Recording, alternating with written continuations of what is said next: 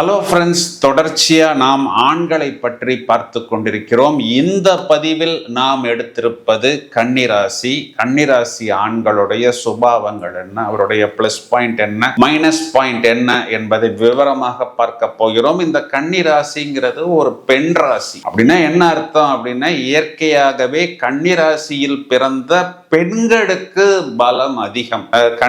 கன்னி பெண்களின் பார்வையில் கட்டிலம் காளையும் கூட அடங்கும் அப்படின்னு சொல்லப்படுவது உண்டு. அப்போ இந்த கட்டிலம் காளையை குறிகாட்டக்கூடியது ரிஷபராசி. இந்த கன்னிராசிக்கு 9வது ராசியாக வரக்கூடிய ரிஷபராசிங்கிறது இயற்கையாகவே கன்னிராசிக்கு வசியமாகக்கூடிய ஒரு ராசி. கன்னிராசியில் பிறந்த பெண்கள் பலமானவர்கள். ஆனால் கன்னிராசியில் பிறந்த ஆண்கள் யார்? அதாவது உத்திரம், ஹஸ்தம், சித்திரை இந்த 3 நட்சத்திரங்களுமே இந்த ராசியில் வருகிறது. இந்த நபரை எளிதாக கன்னிராசின்னு நம்ம கண்டுபிடிச்சு விடலாம். இவங்களுடைய பெயர்கள்லாம் பார்த்தோம்னா பிரேம், பிரபாகர், பரந்தாமன், இல்ல தோ அப்படிங்கிற எழுத்தில் தோனி, அந்த பெயர் கூட இந்த ராசியில் வரக்கூடிய நபர் தான்.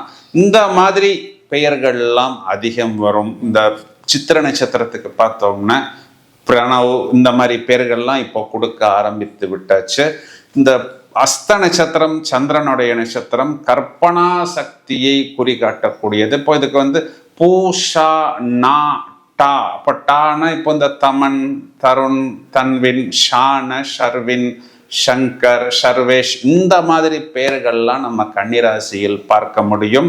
இந்த ராசியில் தான் புதன் அப்படிங்கிற கிரகம் ஆட்சி, உச்சம், மூல திரிகோணம் என்ற அமைப்பில் வருகிறது.